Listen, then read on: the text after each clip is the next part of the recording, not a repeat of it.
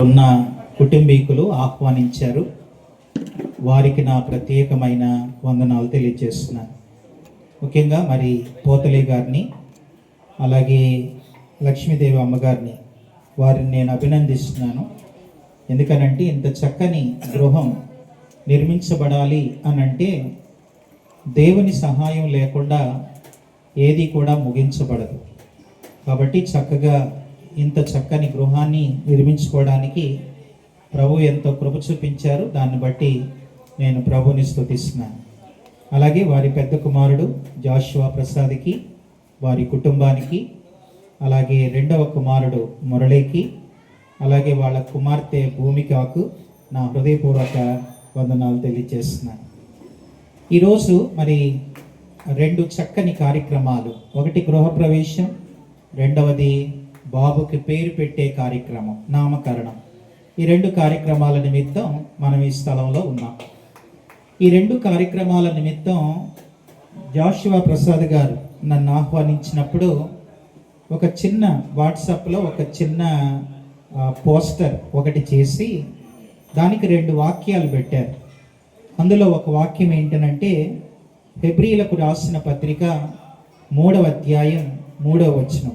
ఇది ఇంటిని గురించి పెట్టిన మాట, అలాగే వాళ్ళ కుమారుడు గురించి పెట్టిన మరొక మాట. ఈ రెండు మాటలు ఉన్నాయి.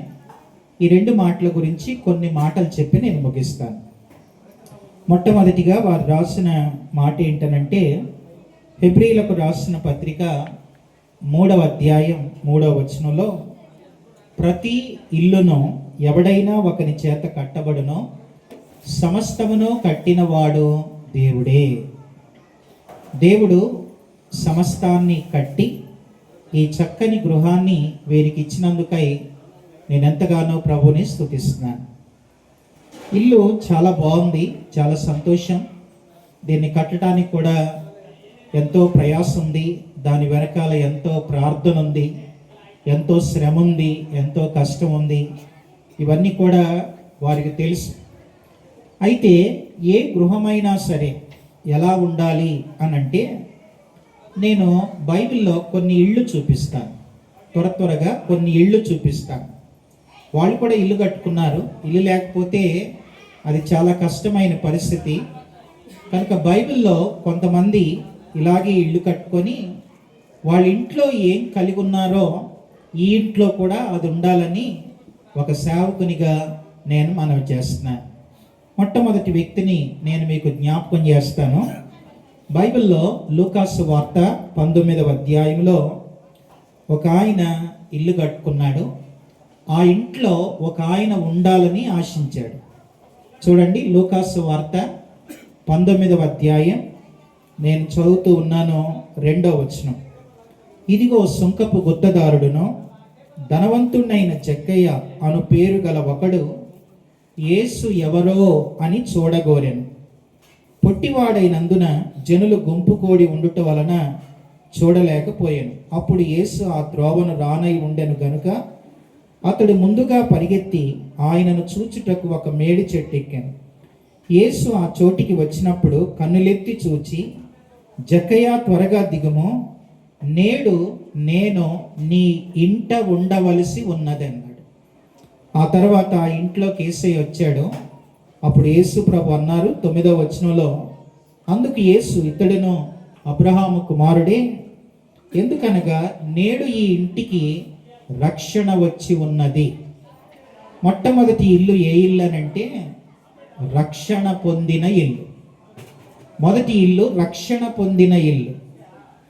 ఈ రోజున మరి నాకు తెలిసి పోతలయ్య గారు కానీ, అలాగే లక్ష్మీదేవి గారు కానీ, జాషువా ప్రసాద్ కానీ, తమ్ముడు మురళి కానీ, అలాగే వారి చిన్న పాప భూమిక కానీ అందరూ కూడా యేసు ప్రభు నమ్ముకున్నారు. కనుక ఈ ఇంటికి ఏమొచ్చిందంటే రక్షణ వచ్చింది. కనుక ఇంట్లో వాళ్ళందరూ రక్షణ పొందితే ఆ ఇల్లంతా ఆనందంగా ఉంటుంది, ఆ ఇంట్లో అంతా సంతోషంగా ఉంటుంది.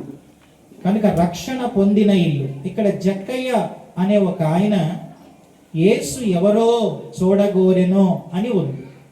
జక్కయ్య అనే ఆయనకి యేసు ఎవరో చూడాలనుకున్నాడు.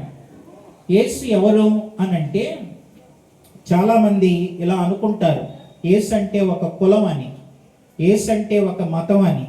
కానీ నేను చెప్తున్నాను, యేసు అంటే కులం కాదు, యేసు అంటే మతం కాదు. యేసు అనే మాటకి అర్థం ఏంటనంటే రక్షకుడు అని అర్థం. యేసు అంటే రక్షకుడు అని అర్థం.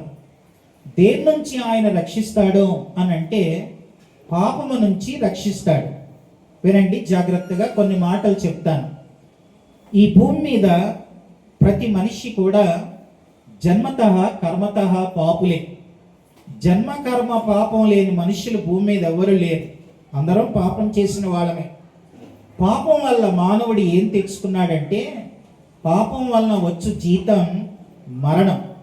కనుక మరణం తర్వాత మనిషి ఎక్కడికి వెళతాడంటే అతను వెళ్ళే అంతిమ గమ్యం నిత్య శిక్ష అని బైబిల్ చెబుతుంది. అంటే నిత్యము శిక్షించబడే స్థలానికి వెళతాడు. కానీ ఏ మానవుడు ఆ నిత్య శిక్షకు వెళ్ళటం మనుషులందరినీ సృష్టించిన భగవంతుడైన దేవునికి ఇష్టం లేక మనుషులందరినీ రక్షించడానికి రక్షకుడుగా యేసు ఈ లోకానికి వచ్చాడు. కనుక యేసు అని అంటే రక్షకుడు అని అర్థం. బిడ్డకి తల్లి అవసరం, రోగికి వైద్యుడు అవసరం, అలాగే గొర్రెకి కాపరి అవసరం, పాపికి రక్షకుడు అవసరం. పాపుల్ని రక్షించటానికే రక్షకుడుగా యేసు ఈ లోకానికి వచ్చాడు. దేశాన్ని రక్షించడానికి మిలిటరీ వాళ్ళు ఉన్నారు, దేహాన్ని రక్షించడానికి డాక్టర్లు ఉంటారు, బాడీ గార్డ్స్ ఉంటారు, పంటల్ని రక్షించడానికి ఎన్నో క్రిమి సంహారక మందులు ఉంటాయి. కానీ పాపిని రక్షించే రక్షకుడు ఒక్కడే, ఆయన పేరే యేసు. కనుక జక్కయ్య అనే ఆయన యేసు ఎవరో చూడాలనుకున్నాడు. కానీ యేసు జక్కయ్య ఇంట్లో ఉండాలి